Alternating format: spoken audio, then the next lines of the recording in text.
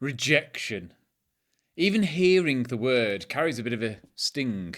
It's one of those experiences that gets right under the skin because it taps into something ancient, primal, something that's been wired into us long before modern life ever existed. In this episode of Let's Talk Confidence, I want to take you through what the fear of rejection really is, where it actually comes from, and how to overcome it in a way that doesn't just reduce the fear, but removes its power entirely. Welcome to Let's Talk Confidence, the first and last place you need to go to build long-lasting confidence. I'm your host and coach, Josh Sutton. Please do give us a like and follow and review and all that good stuff, and please share it with someone who you know needs to hear this message today, as it's the only way we can grow and benefit more people. Be much appreciated. All right, let's dive into today's episode. The fear of failure is something that can affect all of us. And whilst this is true, the degree to which it affects someone can vary enormously.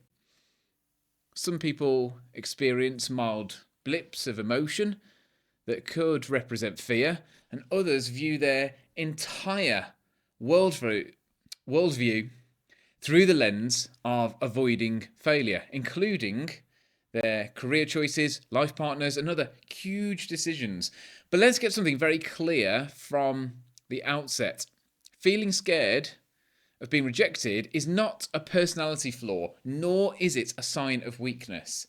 And the good news is, it is not something you're stuck with for life. It's something you learned, which means it can be unlearned. I think that's a word. So let's dive into it. Fear of rejection at its core is the fear of something about you that will fundamentally be rejected. It might be a personality trait, an interest, the way you look. Sometimes that rejection is literal. You ask someone on a date and they say no. You go for a job interview and they turn you down. You share an idea in a meeting and it's ignored.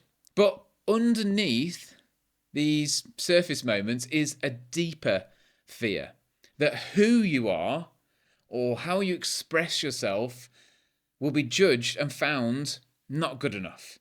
And that's the part that hurts. That's the part that we're truly afraid of. Rejection doesn't just feel like someone saying no to an idea. It feels like someone saying no to you, to your being, to your identity, to your soul.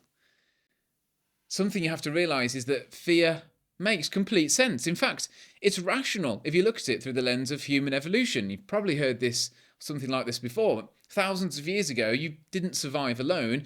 You survived because you were part of a tribe. And if your tribe rejected you, you died. Not emotionally, not an idea. Literally, you were dead.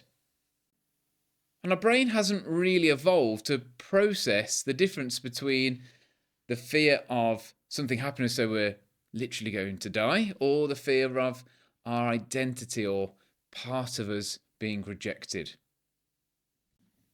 It still reacts as if a rejection equals danger.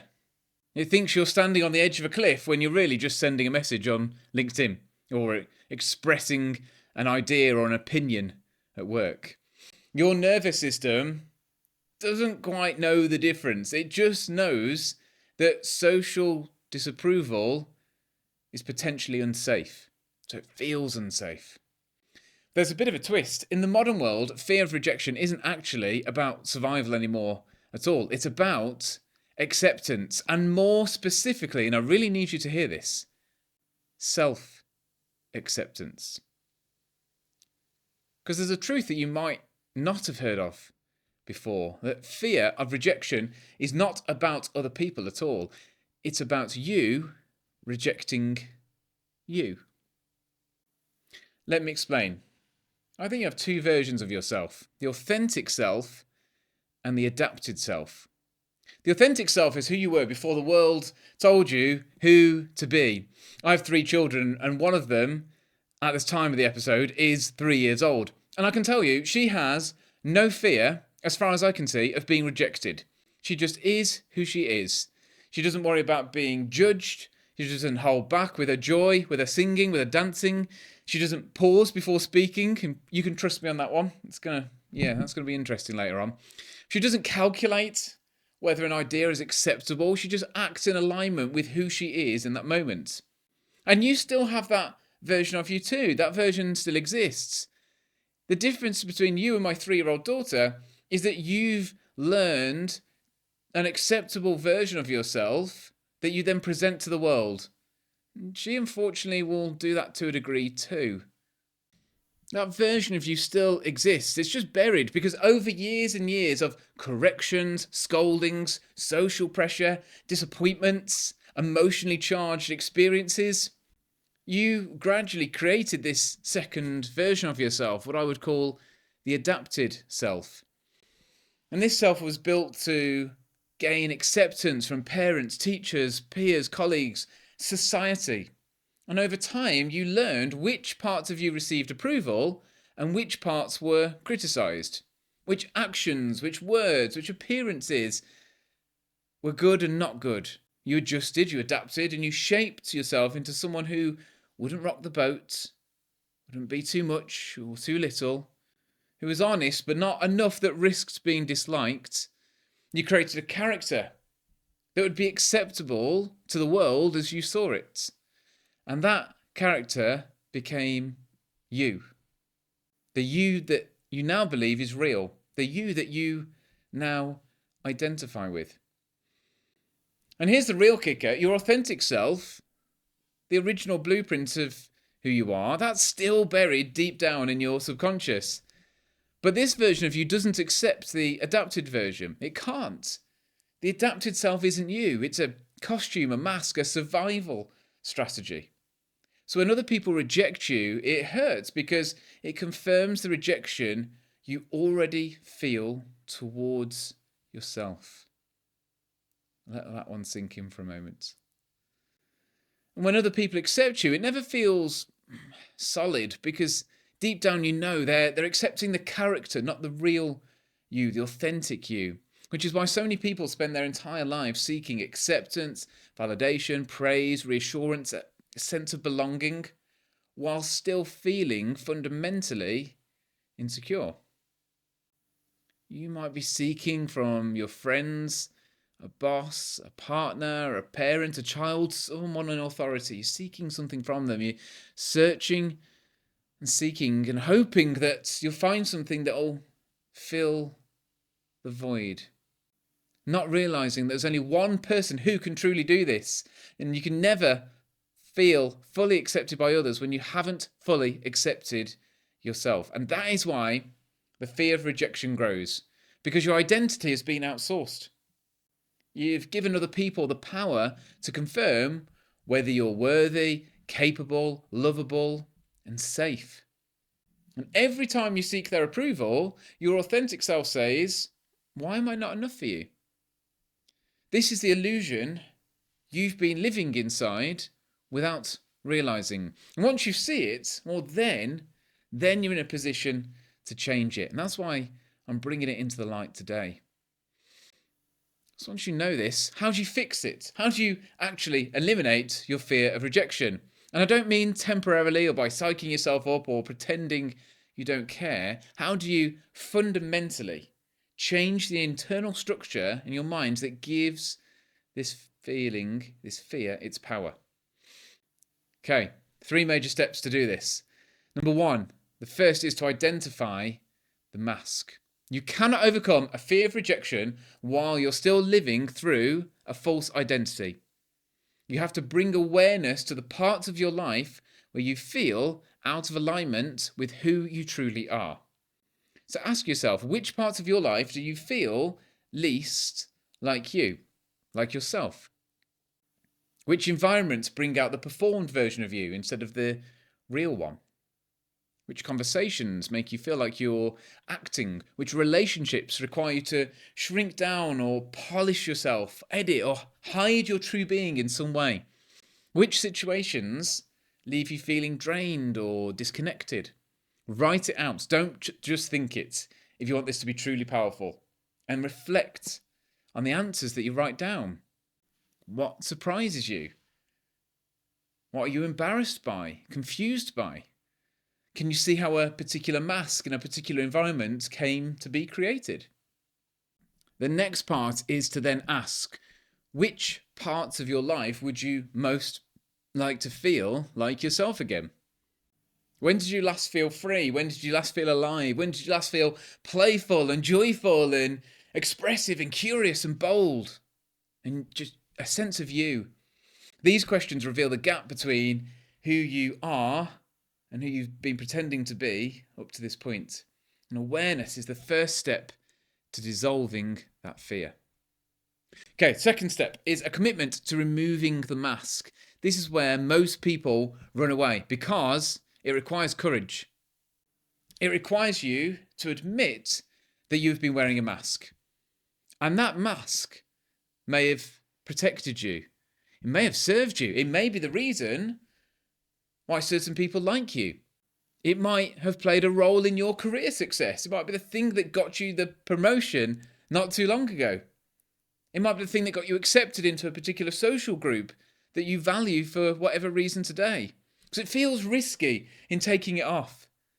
It feels like you're dismantling part of the life that you've built. And some aren't going to like it and decide to keep it on. But you have to decide. Do you want a life built on a fake performance or a life built on truth? Do you want flimsy external approval or solid internal peace? Do you want perceived safety or freedom? Because rarely can you have both.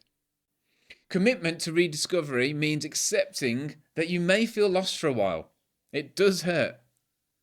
It means accepting that the real you might have different passions, different needs, different interests, different social groups, preferences, boundaries, values, priorities than the mask and the character that you've been playing. It might mean you no longer tolerate certain behaviours. It might mean you express different opinions. That you stop laughing at jokes you don't actually find funny.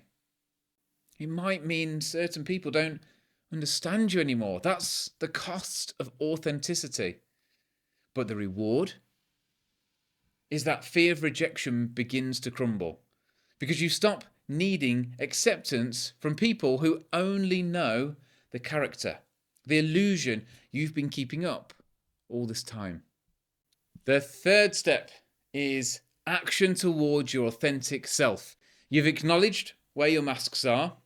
You've committed to removing them and living an authentic life. And now it's time for action. This is where you bring the real you, the one that's buried deep in the subconscious somewhere, back online. So think of your childhood. What did you love? What made you lose track of time? What activities filled you with joy without needing approval? What environments made you feel free? What was your natural personality before it was shaped away? If you can't remember, ask people who knew you back then. Parents, grandparents, siblings, old friends. They'll tell you exactly who you were. And the clues inside these stories will show you who you still are. And then begin experimenting. Try things you used to love. Try things you've always been drawn to but were afraid to explore. Try expressing opinions you'd normally suppress. Try saying no where you'd normally say yes and vice versa. Try being silent where you normally over-explain. Try being honest where you'd normally smooth things over. Try showing the real emotion instead of the socially acceptable one. And every time you take action that aligns with your authentic self, your internal approval grows. Every time you behave in a way that honors who you are, your fear of rejection weakens. Every time you choose self-acceptance over external validation, your confidence rises. And here's the beautiful truth. Once you fully accept yourself, other people's rejection doesn't harm you anywhere near as much as it did before. Because they are no longer rejecting you. They are rejecting the idea of you they hold in their mind. And that has nothing to do with your worth. Rejection stops being a threat and becomes information. This isn't my person. This isn't my environment. This isn't my path. This isn't meant for me. That's all. You stop internalizing something that was never personal in the first place. So let's put all this together. Your fear of rejection is not a flaw. It's a signal, a sign that you have internal misalignment between who you are and who you learned to be. When you heal that gap, the fear dissolves. You stop performing.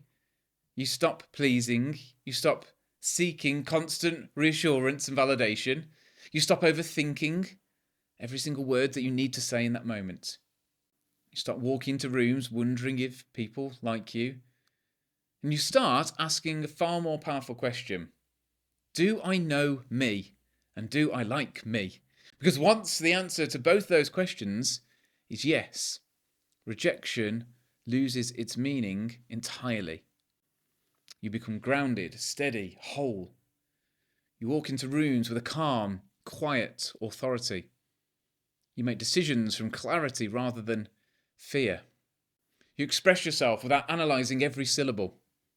You stop chasing acceptance and start attracting connection. And you no longer live terrified of being rejected because you finally understand the truth. Rejection is only painful when you abandon yourself. Accept yourself, and the word and the world that you've built around it loses its power to wound you. That's the journey, that's the work, and that's how you eliminate rejection, the fear of rejection, for good. That's all for today. If you want to team up with me as your coach so we can supercharge your own confidence and well-being and banish that fear of rejection for good, then head to joshsuttoncoaching.com and you can find out more information there. I'm your coach, Josh Sutton. Let's talk confidence.